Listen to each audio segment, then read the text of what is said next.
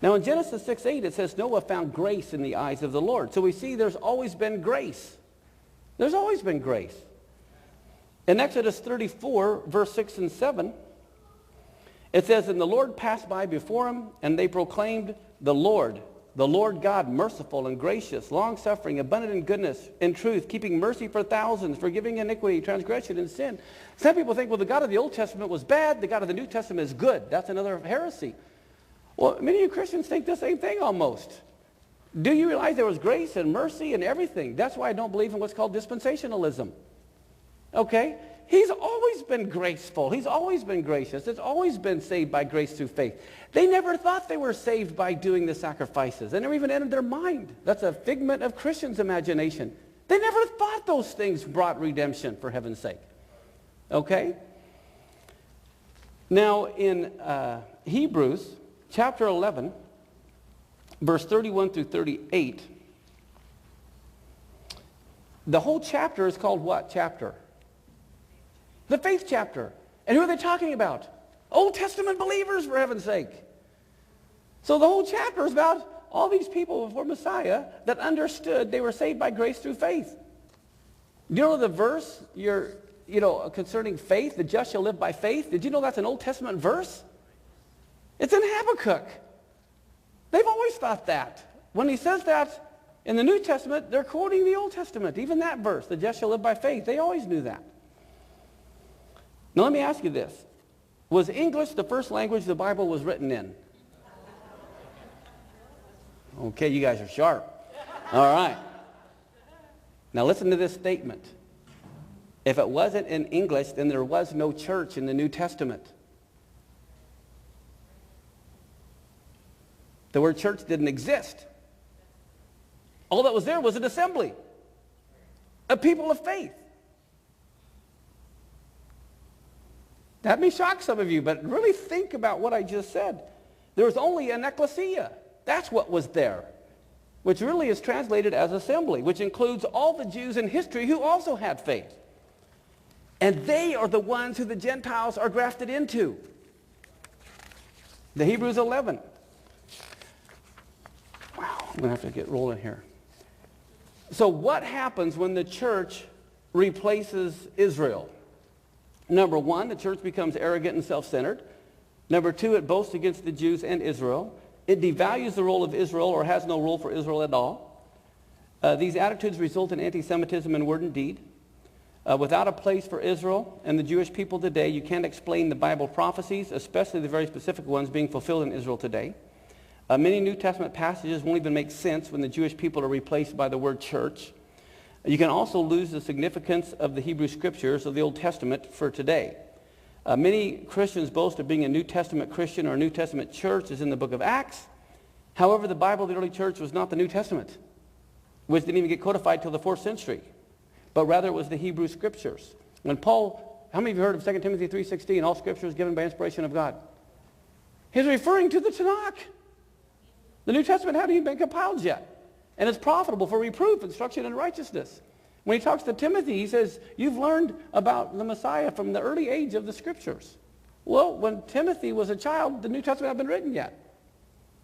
He was finding all about the Messiah in the Torah and the Tanakh. Remember the two on the road to Emmaus?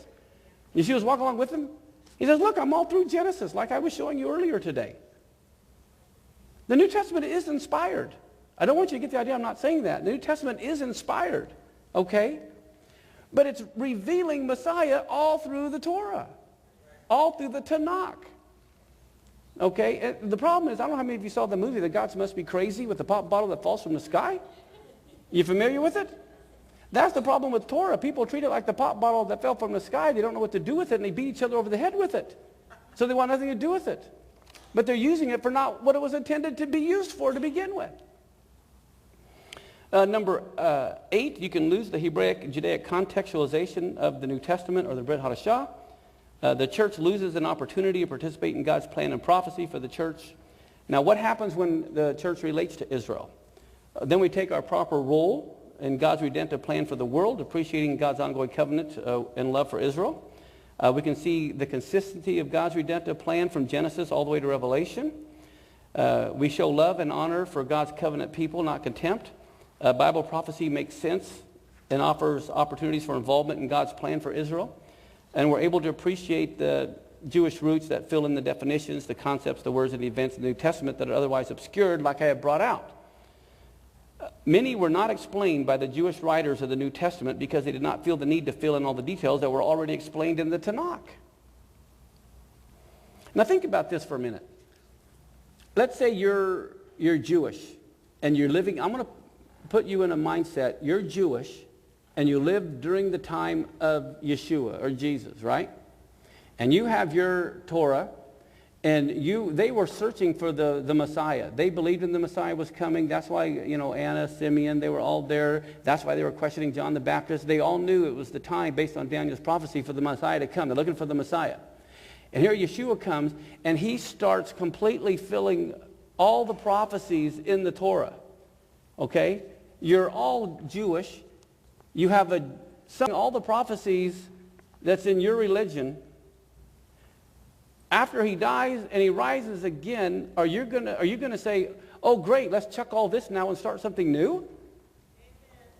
Would that even make sense? Do you think all these Jewish people are going to say, well, we need to chuck all this now and start over with something else? And Jesus didn't come to start a new church. He came to fulfill one that was already going. And we're grafted into that. Okay?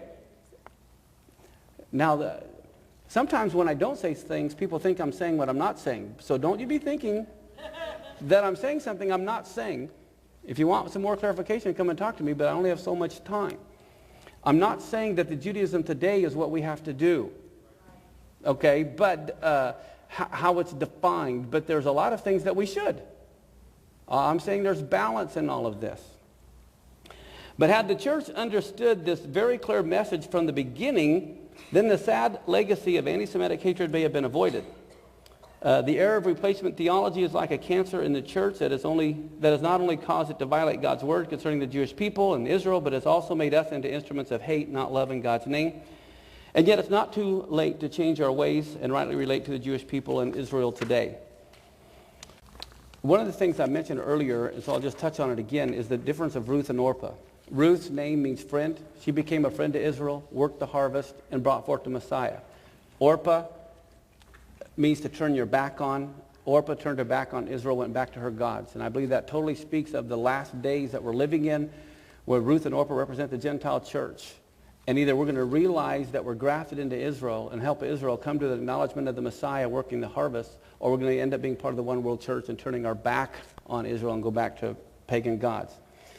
Now, in Deuteronomy chapter 6, verse 4 through 8, is the greatest commandment. Do you remember what that was? Remember when they asked the Lord, what is the greatest commandment?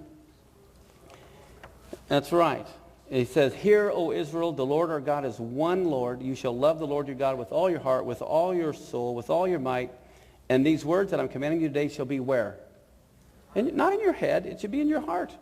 And then you're to carefully teach them to your kids. Talk to them when you sit in your house, when you walk on the road, when you lie down, when you rise. Bind them as a sign on your hand. They'll be as frontlets between your eyes." Now, how many of you have heard this verse in John 14:6, where Jesus said, "I am the way, the truth, and the life"? Right? No man comes to the Father but by me. Okay, Yeshua says, "I am the way, the truth, and the life." Do you realize Yeshua was the Torah in the flesh? That's what it was. The Torah, where it says in John, a lot of people misunderstood, where the law came by Moses, but grace and truth by Jesus Christ. He's not saying, ooh, law bad, ooh, Jesus good. He's saying the best Moses could do was write about the Messiah, but we get to see him.